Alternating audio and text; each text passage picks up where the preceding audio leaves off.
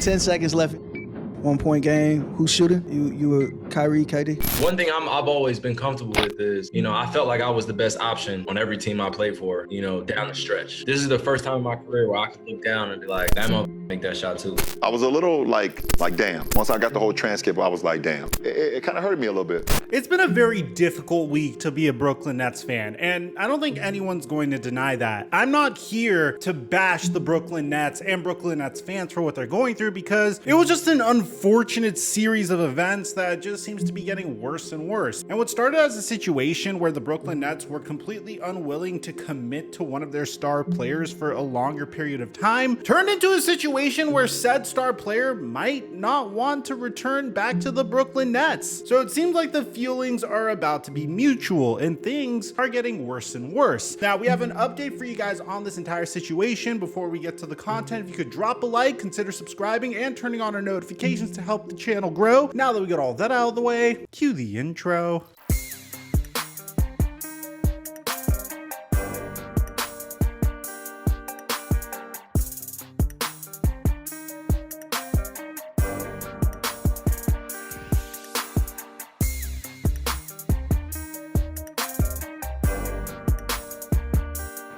Mic check 1 2 1 2. What's going on, everybody? The last time we made a video on this channel, it had to do with Kevin Durant primarily trash talking Draymond Green on Twitter. But this time, we're not even talking about Kevin Durant talking on social media with opposing players or not feeling necessarily the greatest due to a decision he made to join the Brooklyn Nets as opposed to staying with the Golden State Warriors. No, this video has more to do with Kyrie Irving. Now, if you remember 1 month ago, we made a video on how the Brooklyn Nets are just undergoing a gigantic collapse. Now, this isn't me saying, haha, sucks for the Brooklyn Nets, because look, everything that happened to the Brooklyn Nets, if they had the opportunity to do it again, they probably would accept it. If you're a team that was currently getting really excited about the development of D'Angelo Russell, Karis LeVert, and Spencer Dinwiddie, and then Kevin Durant and Kyrie Irving choose your team as the top destination in the 2019 offseason, obviously you're going to say goodbye to D'Angelo Russell and eventually Spencer Dinwiddie and Karis LeVert, and let go of Kenny Atkinson to bring in whoever Kevin Durant and Kyrie Irving want to coach them in order to build yourselves a super team. Now, originally, I think the Brooklyn Nets did everything perfectly except the James Harden trade. I felt like the core of Kevin Durant and Kyrie Irving, with the depth that they originally had, was all that they really needed. But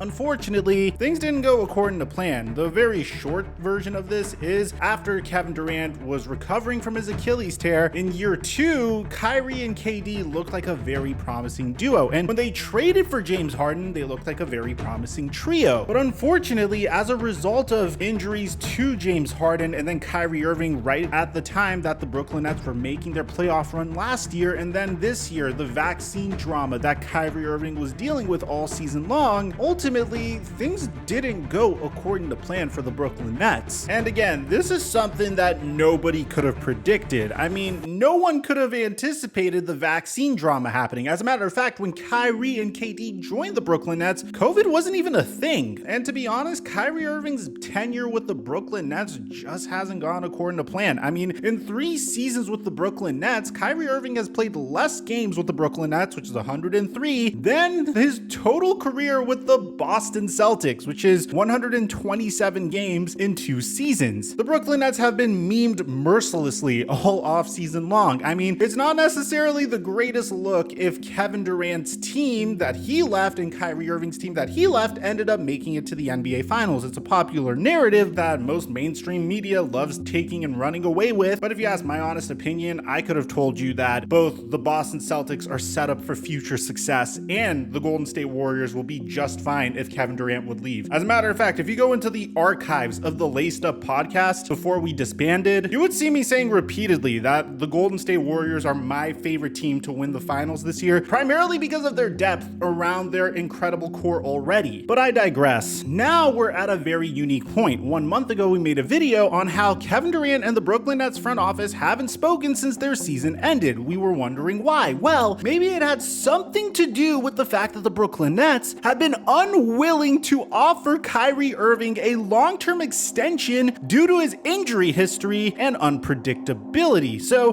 there is no denying the fact that whenever Kyrie Irving is on the basketball court, he is mesmerizing to watch. I mean, I have never seen someone so skilled with a basketball in his hand. I mean, I get dizzy just watching the man cross other players over and hitting the most unbelievable jump shots. There's no denying that Kyrie Irving is a very talented basketball player. Problem is whether or not he's gonna make it to the basketball court to begin with. Look, I don't think Kyrie Irving is an injury-prone player. I don't perceive Kyrie as an injury-prone player personally. Yes, he's had some unfortunate luck with injuries during his first season with the Brooklyn Nets, which personally I feel like he was more conservative with his approach to the injury because I didn't think that Brooklyn Nets team was going to compete without Kevin Durant. And then of course the unfortunate injury he sustained during the 2021 NBA playoffs. That was just bad luck. But historically, Kyrie Irving wasn't perceived as a player that has horrific injury problems. He's been able to average about 60 games per year in his career, sometimes hitting the 70 mark, but more recently, he's been a bit more unpredictable. In the 2020 to 2021 season, even before the vaccine drama, he was known for taking time off during specific instances. So I understand being a little nervous about committing to a player that is a little unpredictable. But if Kevin Durant originally wanted Kyrie Irving on his team and you're not able to get Kyrie Irving back, obviously Kevin Durant's gonna feel some type of way about it. Now, this is all from 1 month ago. We haven't heard anything to update us on this situation up until today. As a matter of fact, this update is so freaking huge that it's been the #1 trend on Twitter for the past 7 hours. So this is also coming to us from Champs Charania, which needs no introduction. Champs is one of the top, if not the top insider in the entire industry. And we have a whole Athletic article updating us on the Kyrie Irving situation. So this is coming from an article that's called Nets Kyrie Irving at an Impasse, and then it gives us the latest on Miles Bridges and some NBA draft notes. So it opens up with one of the most anticipated free agency situations involves Brooklyn's Kyrie Irving, who has a June 29th deadline on his $36.9 million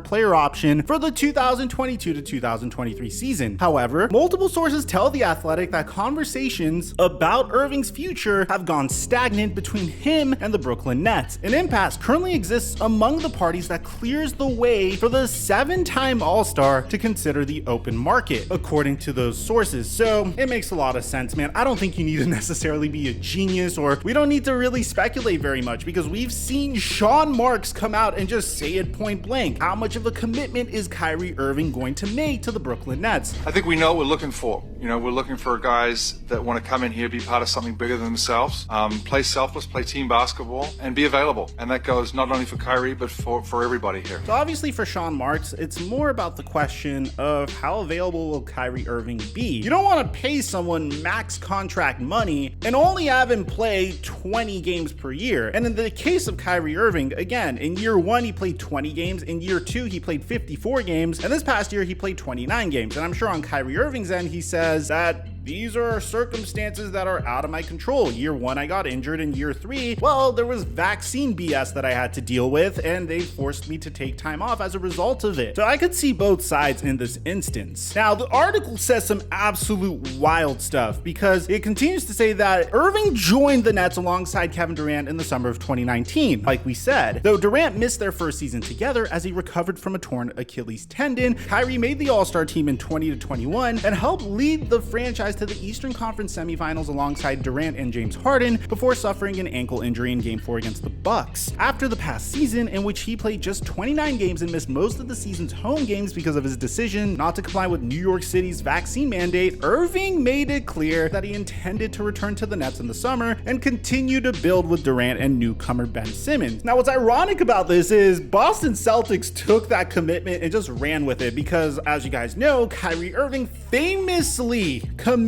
to the Boston Celtics before inevitably leaving them in free agency. Shared it with some of my teammates as well as the organization and everyone else in Boston. If you guys will have me back, I plan on re-signing here next year. Boom!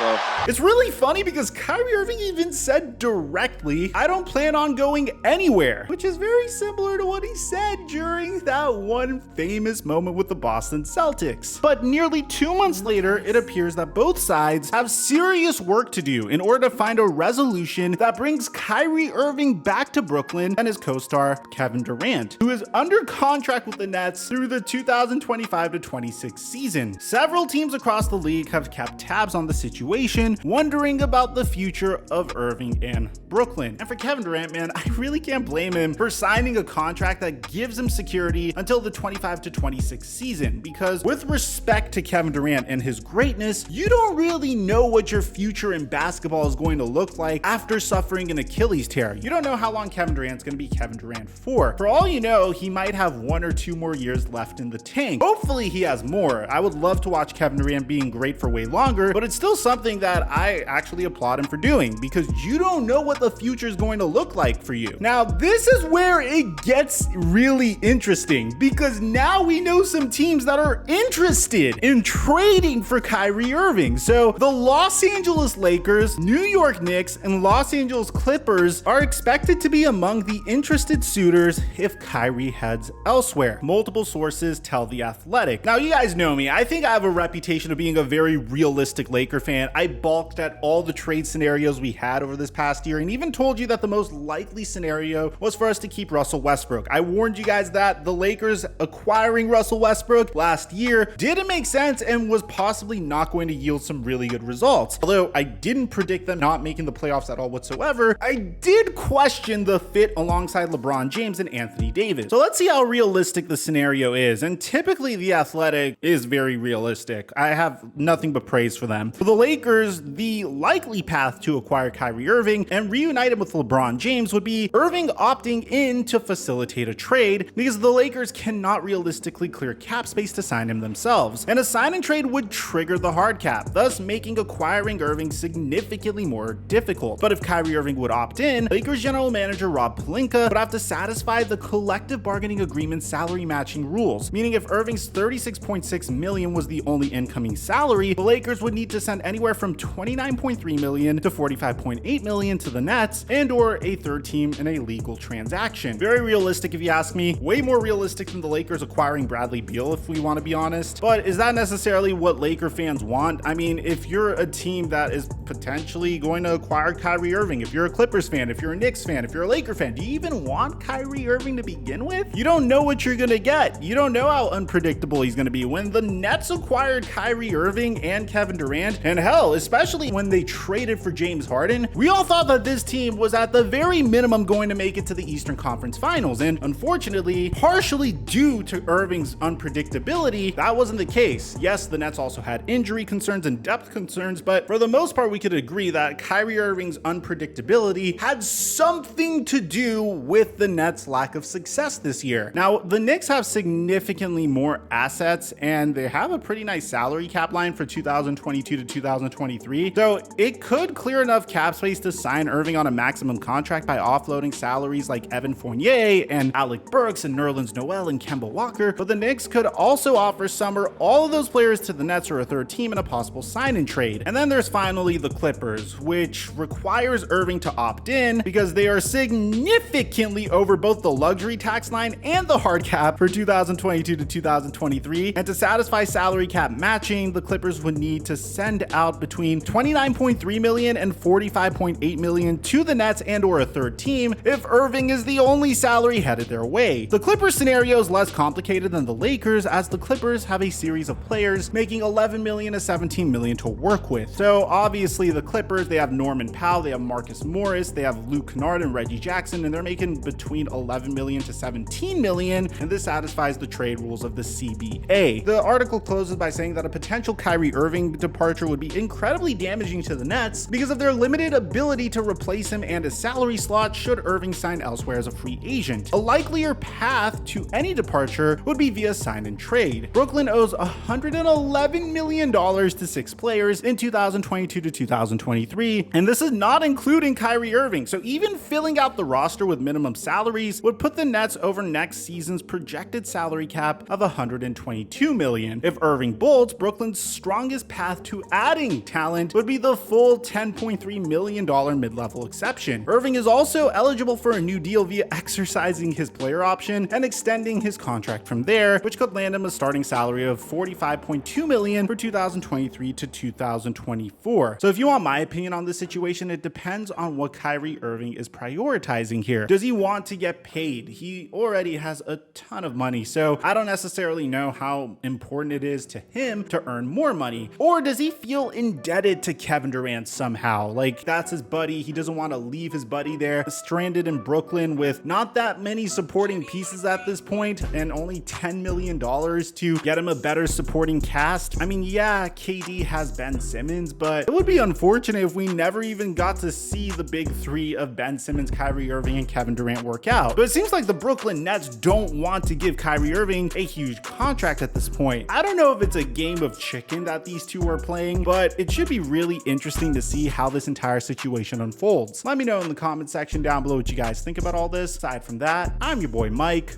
and I'm dropping our mic until our next upload.